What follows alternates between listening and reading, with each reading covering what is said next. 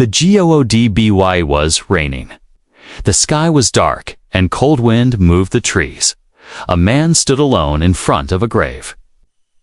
His name was John Carter. He wore a black coat. His face was tired, his eyes red. He held a single white flower in his hand. Slowly, he kneeled down and placed it on the grave.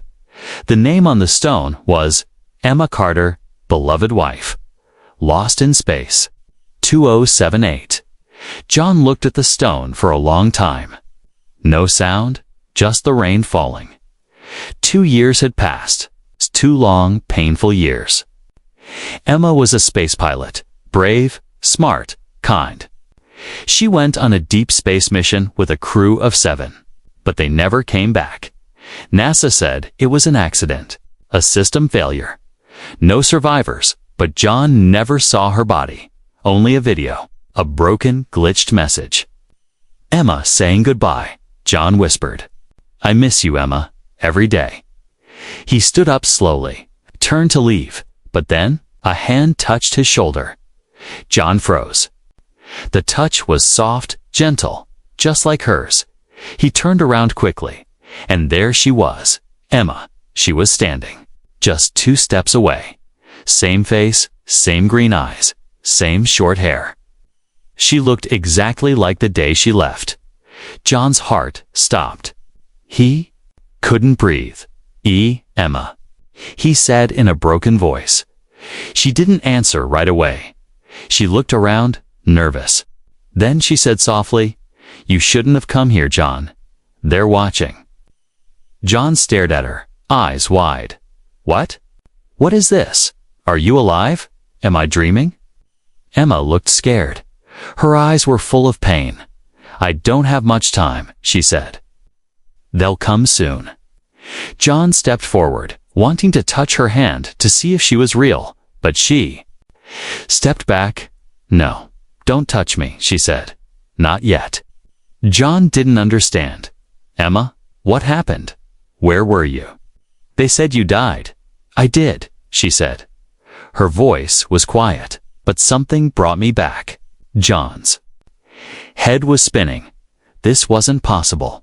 Was it a clone? A ghost? A trick? Emma continued. They found us in space.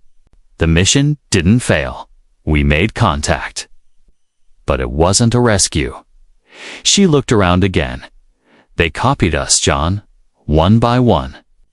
I escaped, somehow. But I'm not the same anymore. Tears came to John's eyes. Is it really you? He asked. Emma nodded slowly. Part of me, maybe all of me. I don't know anymore. Suddenly, a strange sound came from the woods nearby. A low humming noise like metal moving through air. Emma looked scared. They're here, she said. I have to go. You must forget you saw me. No, John shouted. Wait, but it was too late. Emma stepped back. Her body flickered, like a glitch on a screen, and then she was gone. Just like that, vanished. The rain kept falling. John stood there, shaking. His heart was racing, his hands cold. He looked around. Nothing. No sound. No sign of her. He walked back to the grave. Slowly. His mind was full of questions. Was she really alive? What did they mean? Who was watching? And if that was Emma, then what was she now? John didn't go home that night. He sat in his car, thinking. Over and over, he saw her face in his mind. Her voice? That final warning. They're watching. Next morning, John woke up in the driver's seat of his car. The graveyard was empty. He got out and walked to the grave again. The flower he had placed yesterday. It was gone. But something else was there now. A small metal piece. Silver. Smooth, round, like a coin. With strange symbols. He picked it up and stared at it. A soft light blinked from its center. Then, a voice played from inside the metal. Emma's voice. You found this? It means they didn't stop me. But it's not over. Find the files, John. Find the truth. Trust no one. John's hand shook. He put the device in his pocket and looked up at the sky. The clouds were still gray, but now everything had changed. Asterisk, it had been 3 days since John saw Emma at her grave. 3 days since she vanished into thin air, and now the small metal disc she left behind wouldn't stop blinking. It pulsed like a heartbeat, steady, soft, but alive. He hadn't told anyone, not his friends, not his coworkers at the orbital engineering lab, not even his sister, who had always believed Emma's death was suspicious. No, this was bigger, stranger, and somehow more dangerous. John sat alone in his garage. The disc lay on the metal workbench under a small desk lamp. He'd spent hours looking at it, afraid to touch it again. But Emma's message kept echoing. In his mind, if you found this, it means they didn't stop me. But it's not over. Find the files, John. Find the truth. Trust no one. He reached forward slowly, touched the surface of the disc. It felt cold, then warm, then cold again. Symbols moved across its surface like they were alive, shifting every second. Suddenly, a line appeared across the middle. It opened like an eye, revealing a small red button. John didn't hesitate. He pressed it. A light filled the garage. Projection floated in the air. Emma's face appeared again, calm, but serious. Her voice spoke with no emotion. This message is encoded. Confirm identity. John blinked. What? He said aloud. The disc scanned him with a blue beam. Confirmed, the voice said. Accessing hidden file. Mission Chronos. Level 0 clearance unlocked. The light shifted, now showing lines of data images, documents, video logs. John watched in disbelief. There were logs from the lost ship Athena 7. It was supposed to have been destroyed. But here, it was alive again in data form. He saw the crew talking before the accident. He saw Emma smiling, joking with her co-pilot. But then, things changed. The footage became darker. The crew looked afraid. One log caught John's attention. It showed Emma in her cabin, whispering to the camera. "If anyone finds this," she said, "we made contact. It wasn't what we thought. They look like us. They sound like us. But they're not human. They copy." She looked over her shoulder. "They're inside the ship now. We tried to fight. Some are already gone. If I don't make it, no. This Earth is next." The video cut off. Static filled the air. John sat still for a long time. His mind felt numb. It wasn't just an accident. It wasn't space debris. The crew didn't die. They were taken. Replaced. His phone buzzed. A message from a blocked number appeared. "Stop digging. Final warning." He looked around his garage. The street outside was quiet. Too quiet. He checked the cameras on his driveway. The feed was frozen. He was being watched. He grabbed the disc and his laptop. He knew what he had to do. The files Emma mentioned there had to be more. There was only one place that could help him now: the NASA archives. Buried deep under the old Houston facility, he used to work there years ago. He still had a few access codes left, ones no one had deleted. And he knew where the backup servers were stored, far from the public eye. That night, he drove without headlights, taking back roads, avoiding cameras. It was almost morning when he reached the old gates. Most of the facility had been shut down after 2072, when AI control took over. But the underground levels, they were still active, and still full of secrets. He parked his car 2 blocks away and entered through a broken side fence. The wind howled and dust blew across the cracked concrete. He reached a keypad near a locked service door. He typed the old code, EC724, EMM's initials and birth date. The lock clicked open. Inside, the hallway was dark. Emergency lights blinked. He followed the old path to the elevator shaft, climbed down 3 levels using the maintenance ladder. Finally, he reached the old data center. Rows of black servers stood like tombstones, cold, silent, forgotten. He pulled out the disk and connected it to a terminal. Lights flickered. Code recognized. The machine said more data began pouring onto the screen. Images, voices. Emma again. They plan to replace leaders first, she said. Military, science, government. They take the mind. Copy the body and erase the rest. John's heart pounded. This was real. All of it. Then suddenly, all lights went red. Alert, unauthorized access. Alert. John pulled out the disk. The screen went dark. Footsteps echoed in the hallway. Someone was coming.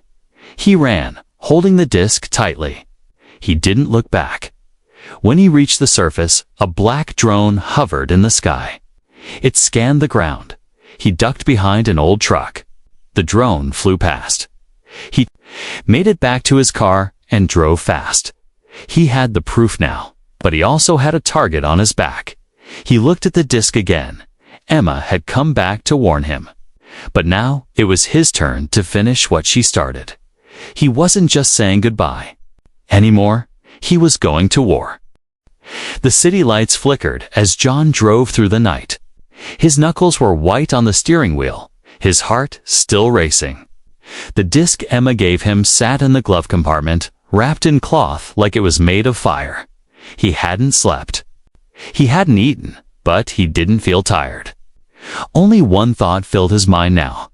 Was she really Emma? He parked the car in a small motel on the edge of town. It was quiet, the kind of place where no one asked questions. Inside, the room smelled like old curtains and dust. Perfect. He locked the door, pulled the blinds shut, and sat down. His laptop was open. The files he stole from the NASA archive were saved and backed up on 3 separate drives. He scanned the logs again, mission reports, footage, voice files. Every document said the same thing. The mission failed. The crew died. The end. But Emma's voice had said something else, something terrifying. They look like us, they sound like us, but they're not human. John leaned back in the chair, rubbing his face. What if the Emma he saw wasn't her? What if she was one of them? A soft knock came at the door. He froze. Another knock, gentle.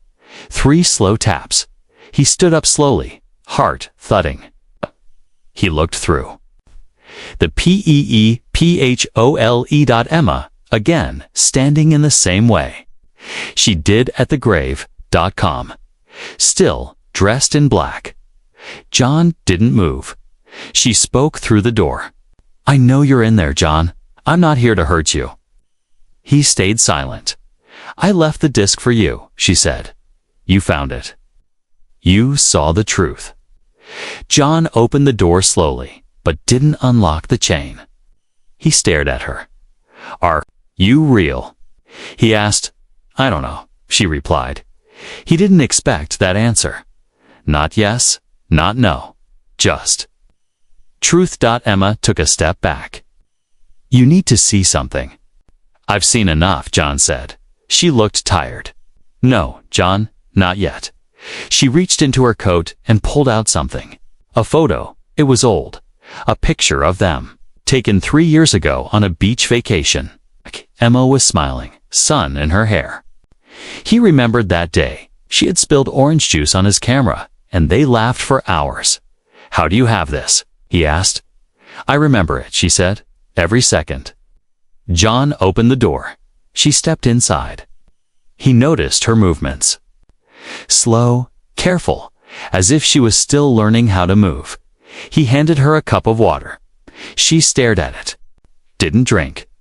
Why won't you touch me? He asked. Emma looked down. I'm afraid, she said. If I touch you, you'll feel the difference. John sat on the edge of the bed. Tell me the truth. All of it. Emma nodded. When Our ship was taken. They used something, not machines, not wires. It was alive. It touched our minds, copied us. She paused. I saw them take the others first, one by one. They left behind copies, perfect on the outside, but empty inside. John whispered, "How did you escape?" "I didn't," she said. "Part of me was taken, but part of me fought back. I don't know what I am now, a memory, a clone, something in between." John looked at her face, the same face he loved, but something in her eyes was different. "Are you dangerous?" he asked. "Not to you," she said, "but they will come. They know you have the data, and they won't stop." He stood up and went to the window. Outside, the road was still empty. Emma came closer, but still didn't touch him. "They're already here," she said. "Some walk among humans now. You must not trust anyone." John turned to her. "Then why should I trust you?" She took a deep breath. "Because I remember the night you proposed. I remember the song we danced to. I remember your mother's laugh, the sound your boots make on the kitchen floor." She stepped closer, her voice softer. "I remember love, John. If they had copied that, they wouldn't be afraid of us." John didn't speak. The silence between them was full of old feelings and new fears. Then Emma's body twitched, just for a second. A glitch. Her hands sparked with static. She gasped and held her head. "What's happening?" John asked. "They're trying to pull me back," she said. "They know I broke the link." Her skin flickered, like a TV with bad signal. "I don't have much time," she said. "We need to stop them from taking more." "Where do we go?" "To where it started," she said. "Their anchor point on Earth, hidden, deep, underground." The room lights flickered. She looked into his eyes. "Help me finish this, John, before I disappear for good." He nodded, and just like that, the real mission began. The storm hit just as they left the motel. John drove fast through empty roads, headlights cutting through the rain. Emma sat in the passenger seat, silent, her eyes fixed on the road ahead.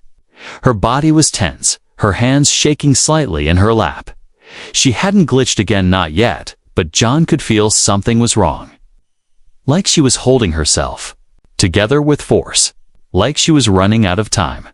Neither of them spoke for a long while. Finally, John asked, "Where are we going?" Emma looked at him. "To the beginning," she said. "To where they first arrived, where they built the program that started all this." He frowned. "What do you mean, program?" She took a breath. Rain tapped against the windows like ticking clock hands. "They're not like us," she said slowly. "They're not made of flesh. They don't build ships. They single quotes, code, intelligence without a body.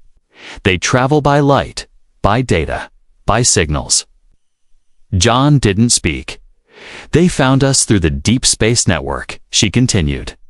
"We sent messages to the stars. Hello, is anyone out there?" They answered. Her voice cracked, but we weren't ready for the answer. She looked at him, her eyes full of something between pain and fear. "They don't attack with weapons. They replace, one by one. Quietly, they scan the brain, copy the memories, and upload the personality into something else. Something they control." John felt a cold wave pass through him. "Like what happened to you?" Emma nodded. "Yes, but I escaped before they finished." John looked at her, unsure. "So you're not one of them?" "I don't know what I am," she said. "But I remember being Emma. I remember being human, and I'm choosing your side." They drove in silence for another hour. Finally, Emma said, "We're close. There's an old military site just beyond this ridge. No maps show it now. It was buried after the first test failed." "What test?" Emma looked out the window. "The first human copy. The prototype? They stopped at the edge of a deep forest. Emma led him through trees and broken fences, past warning signs too old to read. They reached a rusted hatch half buried in the ground. Emma placed her hand on a panel beside it. For a moment, nothing happened. Then the panel blinked green. Still. "Remembers me," she said. The hatch opened with a loud hiss. They climbed down into a tunnel, cold, damp, echoing. Lights flickered. The deeper they went, the quieter everything became, as if even sound was afraid to follow. Finally, they reached a large metal door. John looked at her. "What's inside?" She didn't answer. Just opened it. The room beyond was full of machines, screens, wires, glass tubes. In the center stood a tall pod, open, empty, like a coffin waiting for someone to step in. John stared. "What is this place?" Emma walked to a control panel and wiped the dust away. "This is where the first one was made," she said. "Where they tested the copy process. They called it Project Echo." She turned on the panel. A hologram appeared in the air, an old video. A man stood in front of a camera, nervous. Behind him was the same pod. "My name is Dr. Halden," he said. "Today we begin integration with the alien interface. Subject, volunteer." "Me," Emma whispered. He was the first. The video showed him step into the pod. Lights flashed. Machines screamed. When the pod opened, he stepped out again, but his face was different. Not wrong, just off. His smile was too wide, his voice too smooth. "I am still Dr. Halden," the copy said, "but I am also more—" The screen flickered and died. John felt sick. What happened to the real him? Emma looked away. He never came out. A low sound filled the room suddenly. A hum. Emma tensed. "They know we're here." John stepped back. "What do we do?" Emma turned to the main console. "I can access their network from here. I can slow them down, maybe even find their central core." She placed her hands on the console. Lights lit up. Data flew across the screens. But then her body shook. John ran to her side. "Emma," she dropped to her knees, eyes wide, her voice full of static. "They're pulling me in, using the signal. Don't let them." John grabbed her hand. "Stay with me. Fight it." The lights around them dimmed. Machines turned on.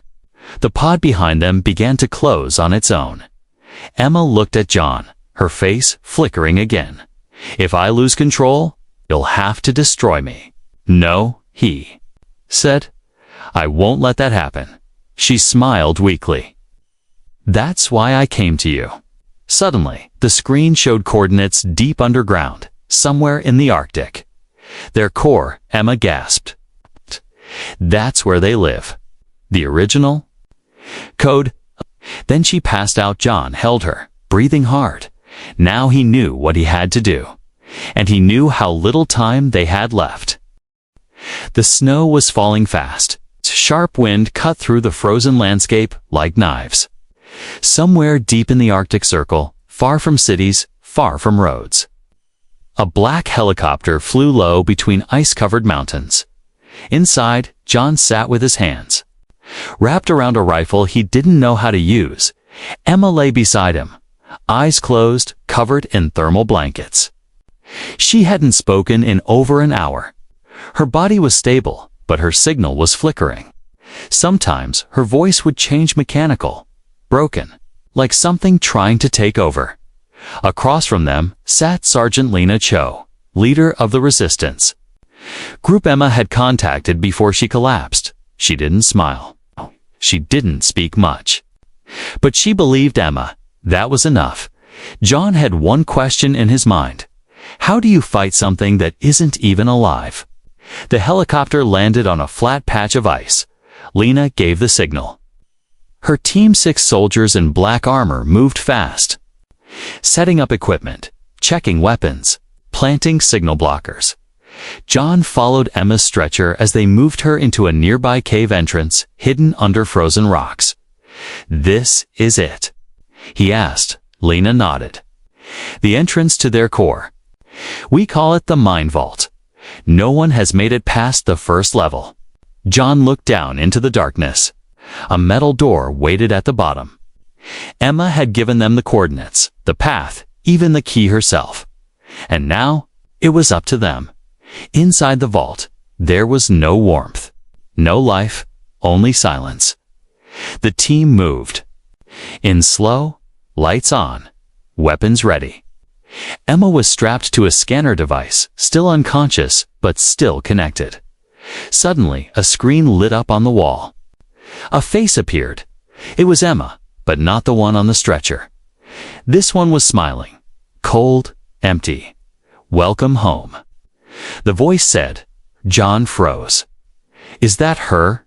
"No," Lena said. "That's the copy. The one that stayed behind when Emma escaped." The image flickered. "She does not belong with you," it said. "Her purpose is complete." Lena raised her gun and fired at the screen. Sparks flew. They moved forward. The deeper they went, the stranger things became. The halls were metal, but pulsed like veins. Lights moved across the walls like blood. Sounds echoed voices from the past. John heard his own voice. Emma's laughter. His father's last words. "It's fake," Lena said. "It's pulling memories. Keep moving." At the third gate, they found what looked like a human. A man. Alive. Breathing. Standing in the center of the hallway. "Help me," he said. "I'm trapped. I was part of the team that built this place." Lena raised her weapon. "What's your name?" The man smiled. "Dr. Halden." John froze. That name? He had seen him in the Project Echo video. The first human copy. "But you're dead," John said. The man's smile grew wider. "Death is a human idea." He stepped forward, and his skin began to shift metal. Under flesh, glowing symbols across his chest. "Open fire." Lena shouted. The team lit him up. Bullets tore through him. Sparks flying, but he didn't fall. Only when Emma's body twitched and released a shockwave of energy did the copy finally collapse. His body melting into black smoke. Emma's eyes opened. "Run," she whispered. They reached the central chamber. A huge dome, filled with floating data streams, like rivers of light flowing through the air in the middle. A machine round, tall, breathing like a living thing. The core, this is where they store the minds. They copy, Emma said weakly. Thousands of them, maybe millions. John looked around. "Can we destroy it?" Emma shook her head. "If we do, everyone inside dies. All the real people, including some of the original crew." Lena looked at her. "What do you suggest?" Emma stood on shaky legs. "I go in, I connect to it. I try to find the root command and shut down the cloning process. Free the trapped minds." John grabbed her hand. "No. If you connect again, they might take you back." She looked at him. "If we don't stop them now, they'll take the whole planet." For a moment, the world stood still. Then Emma walked into the stream of light. Her body lit up. She floated, eyes closed, data wrapping around her like wings. John watched. Heart pounding, the machine screamed. Alarms blared. And then, silence. Emma dropped to the floor. John ran to her. She opened her eyes slowly, her voice soft. "I did it. I stopped the next wave." Then she passed out again, but this time, her body didn't flicker. This time, it felt real. Lena placed a hand on John's shoulder. "She bought us time," she said. "Let's use it." John looked at the machine. Lights were going out, but one stream of data still pulsed. One final message left behind in Emma's voice. "This isn't over, John. They're already here." Asterisk snow drifted across the entrance of the vault. As the Team climbed out into the pale morning light. They had done it. The machine was offline. The alien copy stopped. The next wave delayed, but no one smiled. Emma had not woken up. She was breathing, her heart was steady. But she hadn't opened her eyes since she shut down the core. John sat beside her on the cold floor of the helicopter, holding her hand. It was warm now, too warm.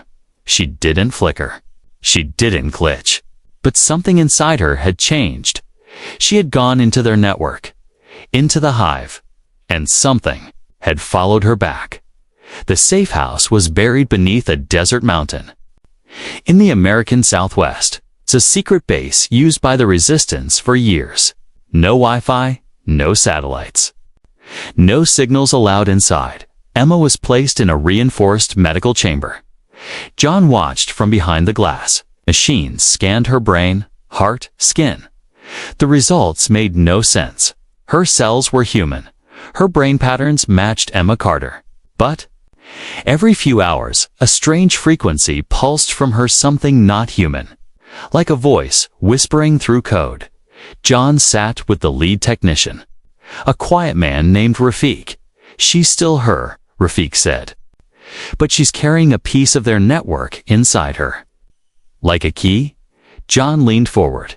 What kind of key? Rafik looked nervous.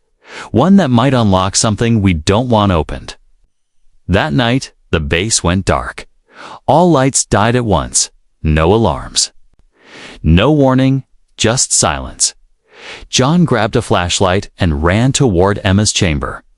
The hallway walls seemed to bend, like shadows were breathing. When he reached her room, the door was open, she was gone. He turned around, Dan froze. She was standing. Behind him, eyes open, awake. But something was wrong. Her eyes were glowing faint blue. Emma. He said softly. She tilted her head, studying him like she was trying to remember who he was. Then, slowly, she smiled. I saw everything, she whispered. I saw how they think, how they move, and how they plan to return. John stepped closer. Are you? Still you? Her smile faded. Her voice dropped. I don't know. He touched her hand. It was cold again. Then she said something that chilled his blood. They're not done. That core we destroyed. It wasn't the only one. By morning, Emma had returned to normal lore at least. What normal was now? She told them about what she saw inside the hive, a network under the surface. Of Earth built in hidden places. Satellites disguised as debris. Signals buried inside communication towers. Every major human system slowly being rewritten. And worse, the real minds of those who were copied. They were still alive, suspended inside the network. Dreaming, trapped. The aliens weren't just replacing people. They were stealing consciousness. Lena called an emergency meeting. If we leave those minds inside, she said, we lose the war before it begins. Rafik added, if we can access their hive again, we might be able to free them. John looked at Emma. Can you go back in? She didn't answer right away. Then she said, not alone. They looked at each other. Lena frowned. What are you saying? John stepped forward. Send me in. It took 2 days to prepare the system. Emma's body would be used as the link, her mind as the guide. John's consciousness would be connected to hers, piggybacked into the hive. Through her memories, there was risk. He might not come back, he might not stay human, but he agreed.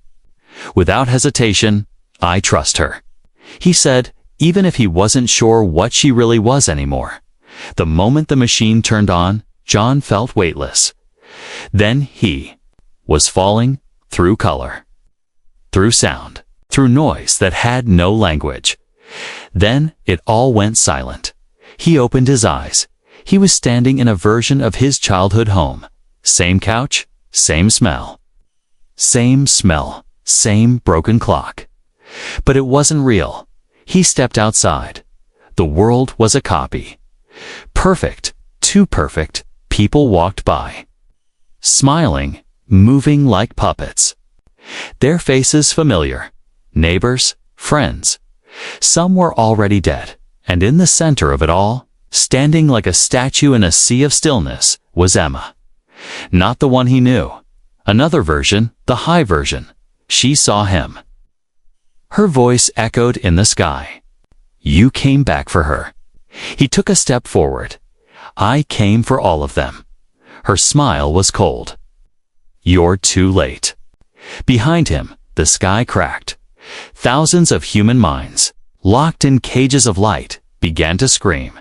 He ran toward them, toward the core, toward the trap, outside. In the real world, Emma's hand gripped the edge of the bed, hard. Her eyes snapped open.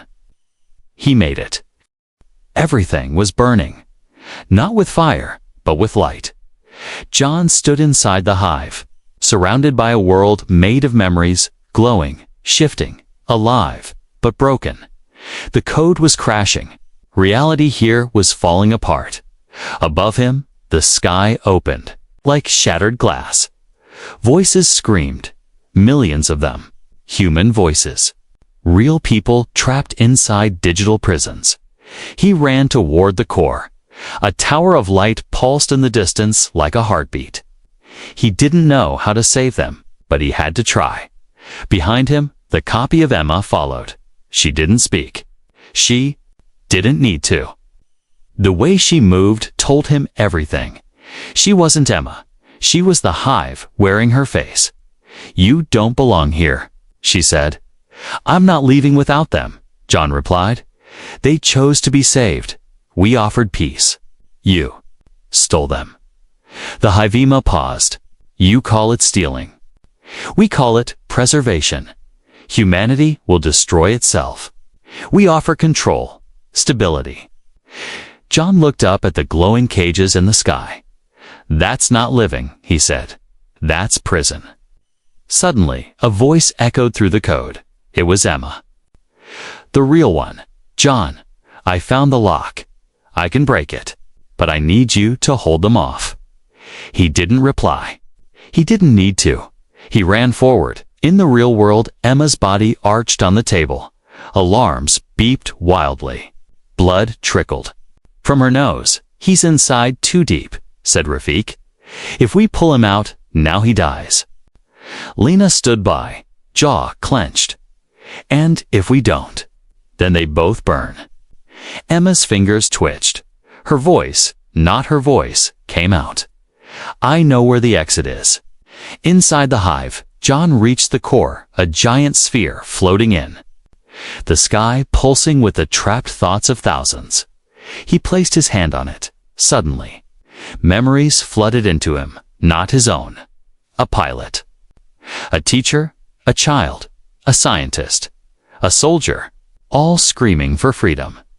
He held on. Now, Emma shouted from somewhere inside the code. The hive screamed. Emma appeared beside him, not as a glitch, not as code, but as herself, pure, whole. She looked at him with tears in her eyes. John, this is the last time. What do you mean? I'm the key, remember? I can free them, but I can't leave with you. He shook his head. No, we finish this together. She smiled. You saved me once. Now let me save them. The light from the core grew. Brighter. The hive roared, fighting back. You'll be lost, he whispered. Emma leaned in close, her voice soft. Then remember me. She kissed him. Everything exploded. In the real world, Emma's body went still. Flatline. No, no, no, no. John screamed, pulling off the connection gear. Emma, come back. The monitors went dark. He dropped to his knees, silence, and then the screen blinked once.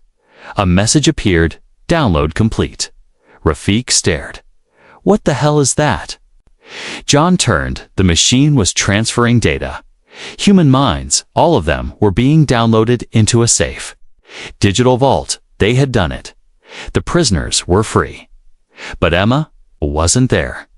A week passed. The resistance had stopped the spread of the hive. For now, but many copies still lived among real people watching. Waiting, John spent his days inside the vault chamber, speaking to the minds they saved. They remembered who they were. Some were confused, some grateful, some broken. He checked every file, hoping, and then one day, he found a line of code that didn't belong. Encrypted, sealed. He opened it.